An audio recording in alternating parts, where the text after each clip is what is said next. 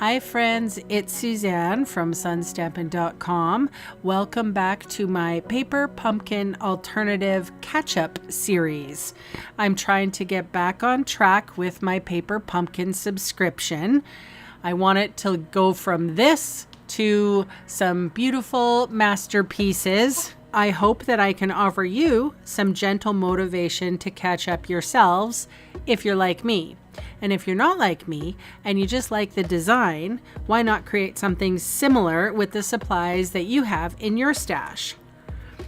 Hello friends, I tried to put this in my sketchbook and it wouldn't work because I'm making a diorama card.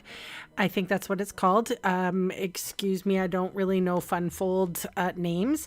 So this piece of copper clay cardstock is 5.5 by 7.25. And on the long side, we're scoring at 4.25. Then we're going an inch to 5.25, and then a 1/2 inch at 5 3/4, 1/2 inch at 6.25, 1/2 inch at 6 3/4. So those are going to be boxed up into a little box, and we're going to have a place that we can have our scene. So we're building scenes here. This next piece is 3.25 by 5.5, and on the short side we're scoring at 1.25, 1 3/4, 2.25, and 2 3/4, and we're scoring, so don't cut. Okay, so what we're gonna do is we are going to burnish our score lines like so with our bone folder. So you're going to see these 1/2 inch increments, and they are sort of like I guess there's 4 of them, and they make a little box. And then there's like this one has a 1/2 inch piece, the other one has a larger piece that will stick up, and we are going to create layers on our card. Isn't that fun? All right, so again, folding and burnishing all of our score lines, and then there's a 1/2 inch one, or sorry, an inch.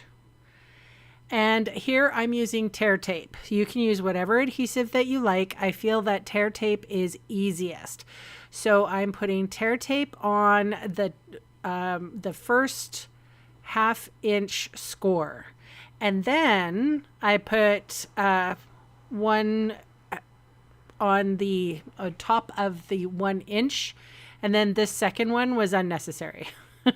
I got confused even myself, so I just had double adhesive. Don't worry, just pretend it's not there. All right, so here we're going. We're ripping off the release paper, and then and this I figured, okay, well, I'll take this will I take that release paper off? And then I got confused, so then I had to, because it matched up with the other adhesive. Anyway, you don't need that one that I just put down. I hope you're picking up what I'm following that. So basically I'm trying to make a little box, and I had to make sure that my little box kind of went where it was supposed to go. So you can see that on the side of the card.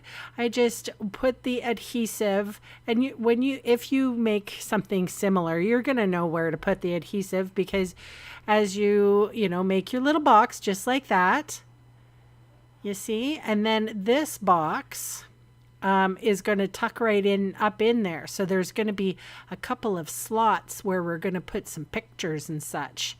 So there we go. That's our next little, that was easy.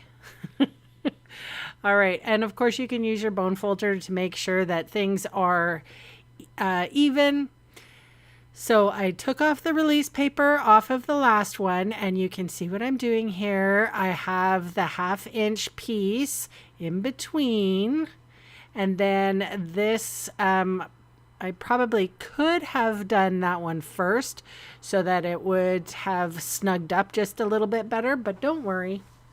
All right, so this was 5.5 wide, no, 5.25 wide, and 4 inches tall. Okay, so I'm going to end up putting adhesive on the very bottom of that picture.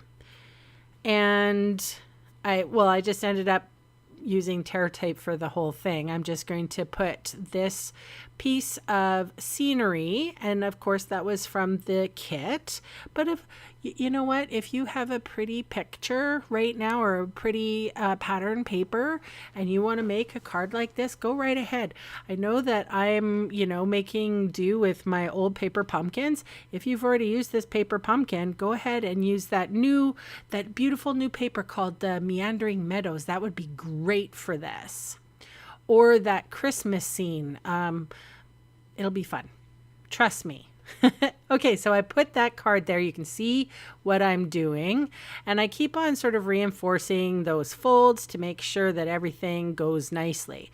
So what has to happen is that I have to put adhesive on that back step, if you will, and so that it glues right to my scene.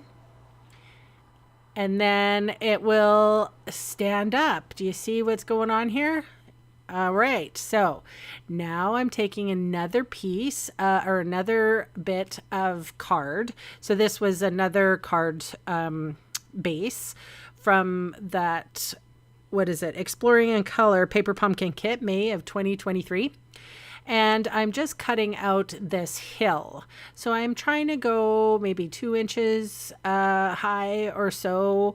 And the only mistake that I feel like I did here was that I did this full length at 5.5, because my front piece actually was 5.25. So it was a little short. You'll see. It's a glaring, I think a little mistake. All right, so I put some adhesive on our 1.5 inch strip, and then I put it also on the front of my grass that I just cut. So we're going to remove the release paper. And I know sometimes it's hard to wrap your head around stuff like this, like it was for me too. But I just went slow and I trusted the I kind of figured it out on my own. So I trusted my own measurements. So as you can see now, that picture or that cutout piece is wedged in between those 2 box squares. Am I making sense? So I wish that this one, because this piece is short, it's like the card front in the back, it's 5.25 inches long, and the one that I just put in the card was 5.5. So there's going to be a little bit of copper clay showing through on this front piece, but I don't want to cut another cardstock or like another card front from this kit. So do you see there's a little bit of that copper clay peeking out? No, I mean, I could embellish it and I could create a whole bunch of other things to hide that little boo-boo. But I'm just telling you so that if you are going to make something, kind of choose either, what size you're going to choose. It's going to be one or the other. All right, so I'm putting my tear and tape right on the front of that little box that I created. And that is our first step. So there's 3 kind of steps, really. It is, and then I put a 4 by 5.25 inch piece of white for the back so that I can write a sentiment or like write to the recipient. Then I'm using one of the banners from the kit and it says happy birthday. I cut off the end and then I adhered it on the second layer. Would this be called a dioramic card? It's possible. It's a 3D layering thing. I remember doing it like in elementary school. Fun times. So here's the compass, and then here are the binoculars. And I'm just sort of tucking them in to where I think they're going to look good. And that's pretty much my card for this May of 2023. It's part 2. So it was like fun folds in this one. Thank you guys ever so much for watching and subscribing. I really appreciate you. And I will see you tomorrow. Bye for now.